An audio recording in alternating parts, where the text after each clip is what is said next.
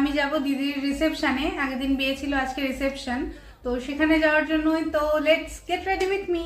তো আমি একদম মুখ টুক ধুয়ে ফ্রেশ হয়ে চলে এসেছি, আর এবার আমি স্কিনটাকে একটু প্রেপ করে নেব। আমি খুব একটা মেকআপ করি না, কিন্তু যেটুকু করি মোটামুটি একটু করবো আর কি।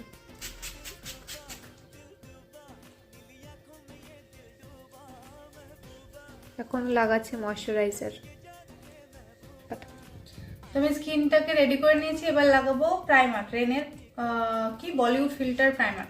তো আগের দিনও আমি গেট রেডি উইথ মি করবো ভেবেছিলাম বিয়ের দিন, কিন্তু সেদিনকে আমি মেকআপের কিচ্ছু নিয়ে যাইনি।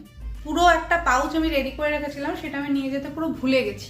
আমি ভুলিনি, মন্টু ভুলেছিল। আমি রেডি করে রেখেছি, মন্টু নিয়ে যায়নি, সেই জন্য সেদিনের গেট রেডিটা শ্যুট করতে পারিনি।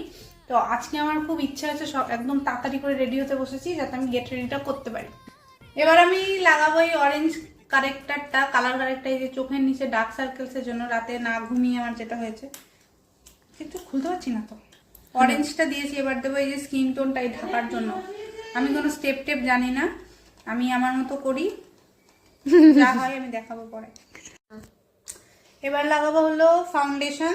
এটা কি সুইস বিউটির ফাউন্ডেশন, এটা আমি নতুন কিনেছি, ভিটামিন সি আর নিয়াসিনামাইড দেওয়া। জানি না কেমন হবে, আমার স্কিন টোনে ম্যাচ করলে হয়। এর শেড নাম্বার হলো ন্যাচারাল বেজ 03। জানি না, এটাও খুব মনে হচ্ছে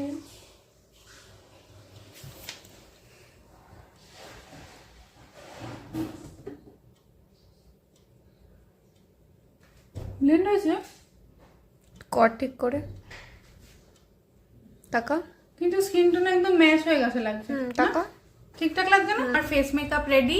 এখন আমি শুধু ড্রেসটা পরে নিলেই হবে। ড্রেস মানে আমি শাড়ি পরবো, শাড়ি পরে নিলেই হয়ে যাবে। তারপরে ফুল লুকটা দেখাচ্ছি। তো এই যে আমি পুরো রেডি হয়ে গেছি, ফুল লুক এটা। কেমন লাগছে জানিও সবাই। ভালো লাগছে?